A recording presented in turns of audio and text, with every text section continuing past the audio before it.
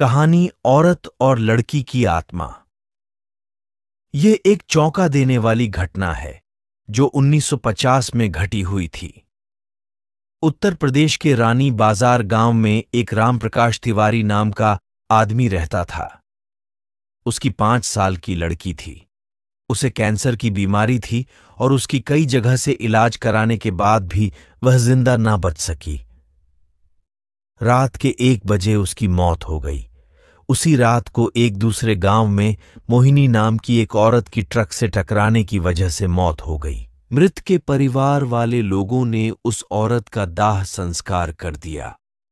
दूसरी तरफ जब रानी बाजार में उस मृत लड़की को दफन करने के लिए जंगल में जा रहे थे, अचानक रास्ते में उसकी शरीर में कुछ हलचल हुई और वह उठ खड़ी हो गई। लोग यह देखकर डर गए, लेकिन बाद में उस लड़की को जिंदा देखकर उसके परिवार वाले लोग बहुत खुश हो गए। लेकिन लोगों को यह पता नहीं था कि उस लड़की के शरीर को किसी और की आत्मा ने जकड़ लिया है।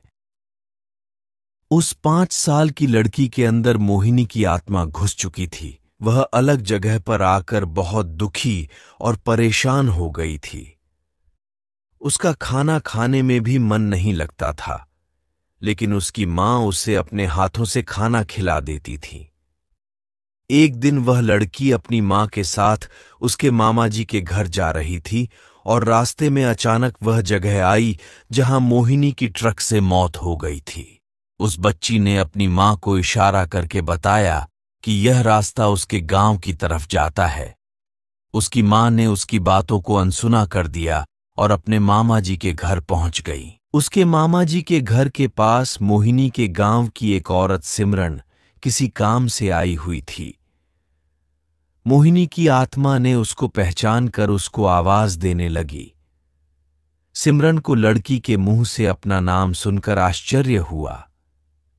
सिमरन के पूछने पर उस लड़की ने उसको अपनी पूरी घटना बता दी और बोली कि मेरी मौत से पहले ही मेरे घर वालों ने मुझे जला दिया और इस बच्ची की खाली शरीर को देखकर इसमें रहने लगी।